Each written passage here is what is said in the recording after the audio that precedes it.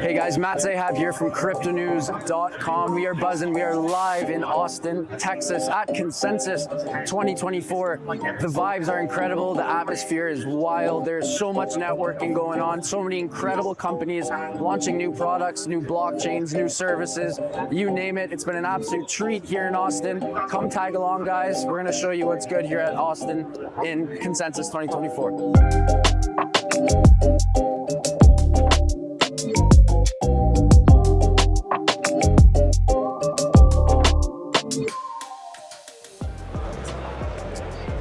Hey, I'm here at the Arculus booth with Adam, and Adam, you are the Chief Product Officer? Yes, Chief Product Officer. Okay, got that right. Tell us a little bit about Arculus and what you guys are doing. Sure, so Arculus is our digital asset and digital identity product. So we're bringing Web3 to payments. So we produce most of the metal cards in the world for some of the largest issuers, and we brought that to Web3. So inside our cool metal payment cards, it's a full hardware wallet, so you can have self-custody. It can be a payment card, and it can be a hardware authenticator. So if you ever want to log into something like Coinbase, instead of a username and password, you can tap your card, use a digital key to log you in for your digital assets. Oh wow, that's amazing. And you guys have do you have the card with you to show us? Oh yeah, sure. Yeah, I want to see it. It's pretty cool looking. Thanks. So this is my corporate card.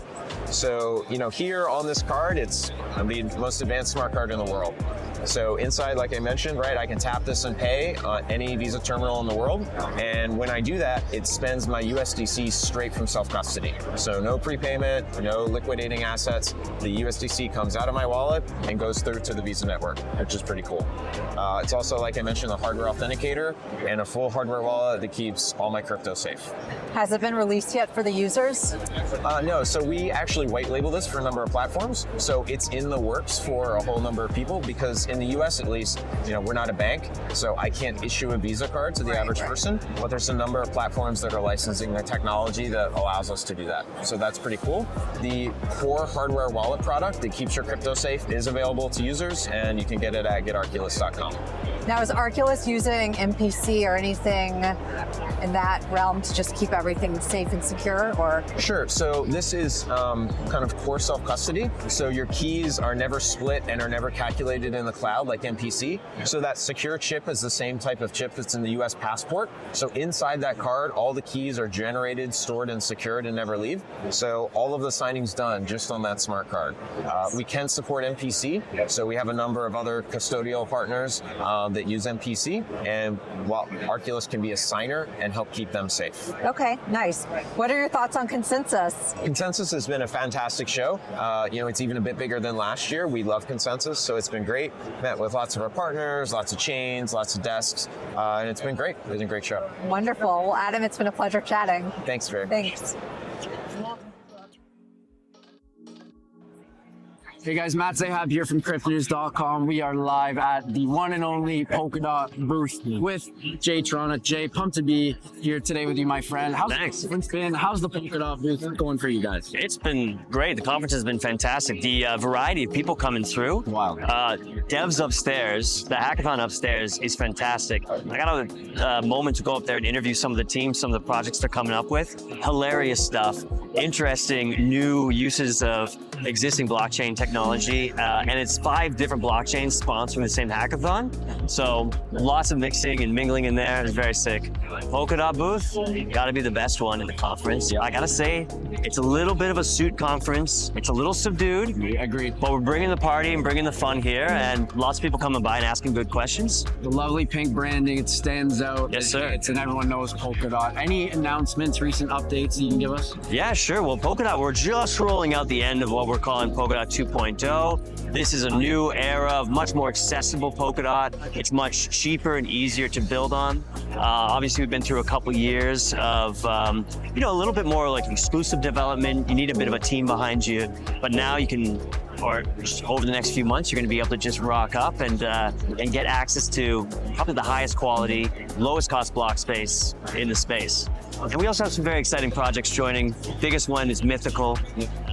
John Linden, he's the guy that made the Call of Duty games possible. They have an NFL branded game in the App Store right now. 700,000 users. They're all migrating over to Polkadot right now. And this is happening today with Polkadot 2.0. Love it. Last question here. Favorite part about Austin so far? Ooh, obviously it's the food, right? The bar. Oh, you know what? It's a tie, okay? Food and the scooters. The limes. I've been scooting hard. We don't have those in Toronto. No, we don't have those in Toronto. We don't. No, but my invoices for this trip, it's like 60% scooter receipts. No Ubers, just Lime scooters. That's it, yeah. No free ads, but shout out Lime. Yeah, shout out to Lime. Hey, bro, thanks so much, eh? Thank you. Cheers. Thank you. Cool.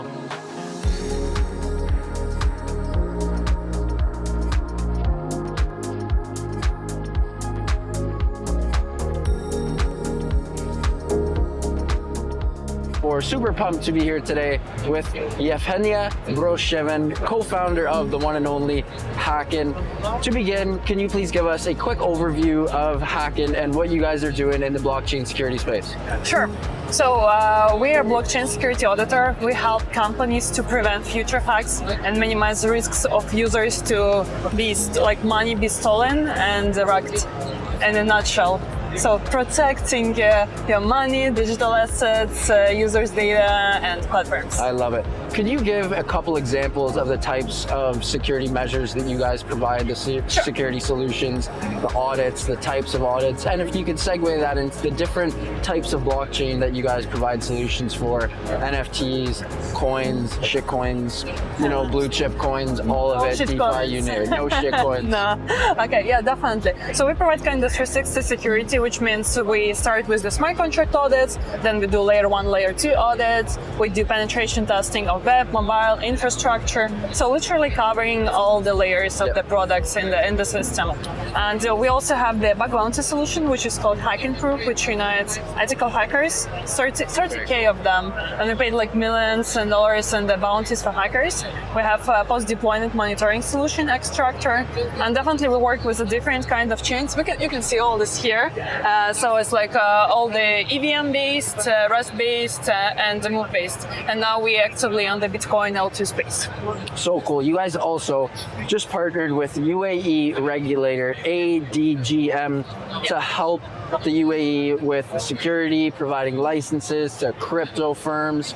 Yeah. What was the purpose of that partnership, and tell us how you locked that up? Sure. I mean, we've been in the space for the last 7 years and helping the users and products to be secure.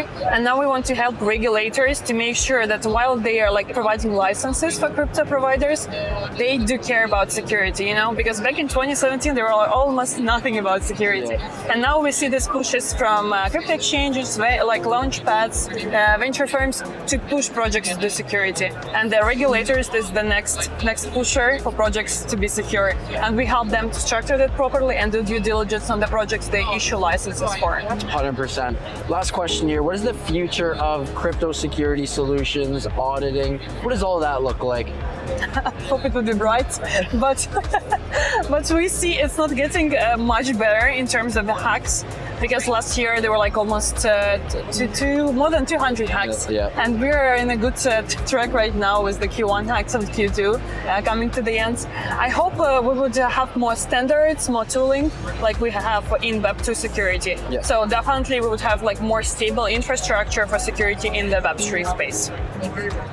Yevheniia Broshevan, appreciate it. Thank you so much for coming on. Folks, if you have or need anything audit related, blockchain security solutions, go check out Hacken. Hit him up, follow him on Twitter. Thanks for your time. Great. Thank you.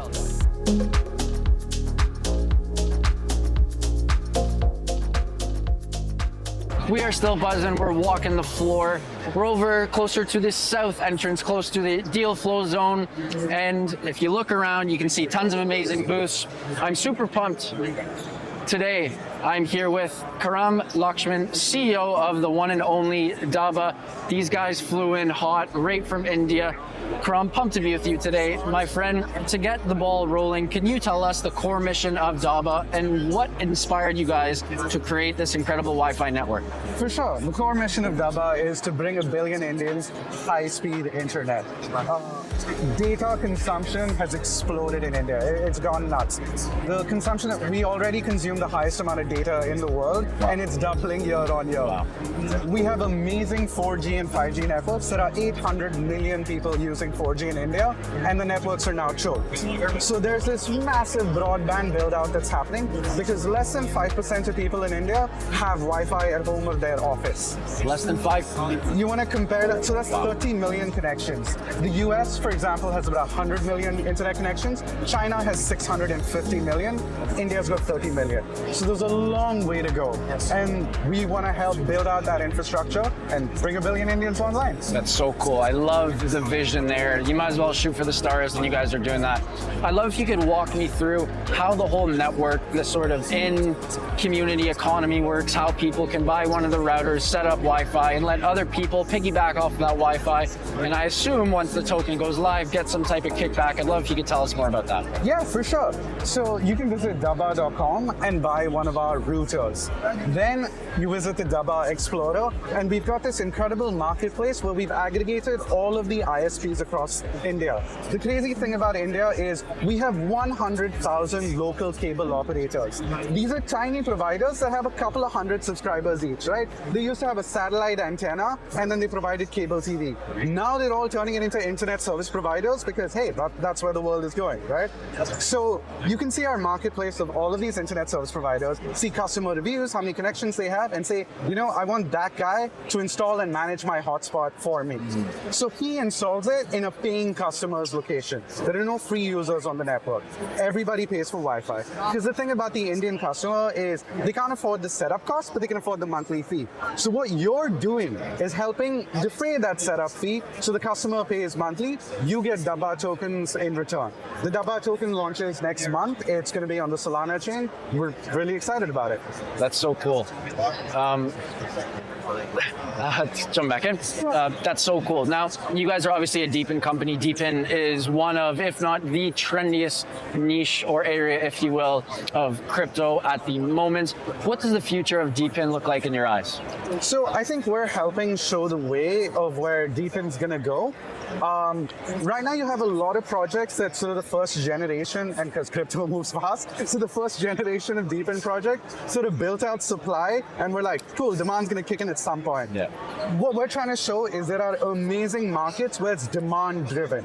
There are more customers in India who want connections and are willing to pay for them than can be serviced at the moment. So we think that Deepin's going to evolve into this place where it starts to serve real world needs in a manner that's sustainable and profitable and useful and really can, you know, make a difference to the crypto industry overall. I love that, Karam. Last question here, my friend. Crypto in India, with so many people, you guys have over 1 billion people, one of the most populous countries in the whole world. What does crypto in India look like, feel like? What's going on with crypto in India at the moment? So crypto in India is amazing. I'm sure you know that we have the second largest number of wallet holders in the world, I believe. After the US, wow. India is the most next active crypto country. Everybody knows how it works, and we're going to help spread that because a lot of our networks are going to be in tier 2 and tier 3 towns. So when you buy a hotspot, please pick a tiny town somewhere, right? Because that entire town is now also going to be educated about crypto. So everything looks great. Adoption has been fantastic, and we hope it's going to be a smooth process. So far, genuinely so good. Karam, thank you for your time, my friend.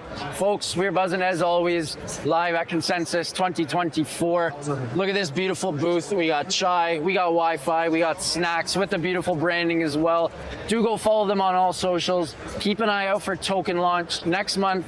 And if you're Indian and want to get a Wi-Fi setup locked and loaded, hit them up. They'll take care of you. And as always, go follow us at Cryptonews. We'll keep cranking out great content. Speak with you guys later.